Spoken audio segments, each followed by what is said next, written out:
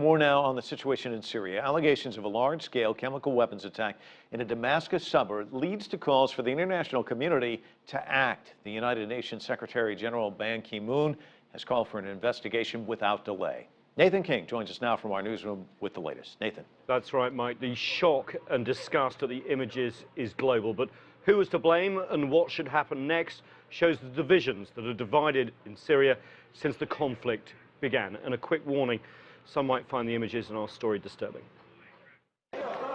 Whatever happened here in East Ghouta, the absence of any consensus over what to do about Syria's grinding civil war is in the spotlight again. Stopping short of military action, France has called for a forceful reaction if Bashar al-Assad's government is behind the attack. Russia has suggested that rebels may have staged it. China has condemned the use of chemical weapons, and Turkey has called for action. That red line Turkey mentioned was drawn a year ago by US President Obama, who said the use or movement of chemical weapons would be, quote, a game changer in Syria.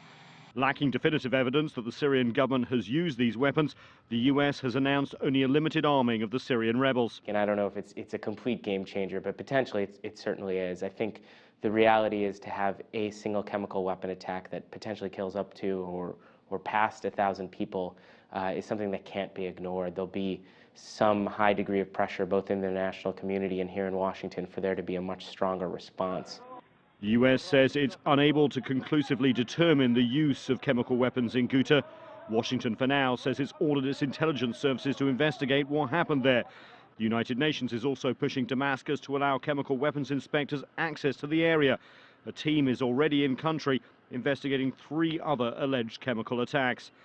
Syria has launched an offensive in the area, which may limit access, a coincidence or a cover-up, as some people claim. Then there is the shocking video. Some experts say the visual evidence indicates a chemical attack, but others question its veracity.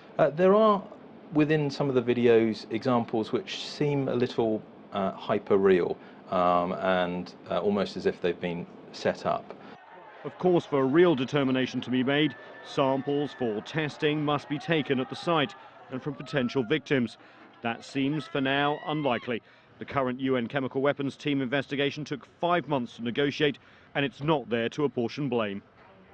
Obviously, chemical weapons attacks, unfortunately, are not new. Remember the Saddam Hussein attacks on the Kurds in the northern town of Halabja back in 1998. Also, President Assad's father was accused of using chemical weapons in Syria back in 1982 during the Hama massacre, and they don't lead often to foreign intervention. So even though this seems to be a horrific, if proved true, attack, it may not change the dynamic immediately on the ground in Syria's long-churning civil war.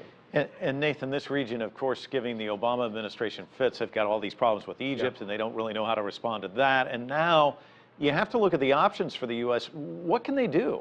Well, you know, it's a red line. It looks like it's being crossed if it seems to be the government. But even if it's not, remember the red line for Barack Obama was not just whether the chemical weapons are used, but whether they were safe. And of course, the responsibility for that, say the Americans, is in the hands of Damascus and the Assad government. So they may be pushed to act. Now, the opposition are calling for airstrikes as well as arming the rebels. So let's wait and see. All right, Nathan King live from our newsroom with the latest. Thanks so much.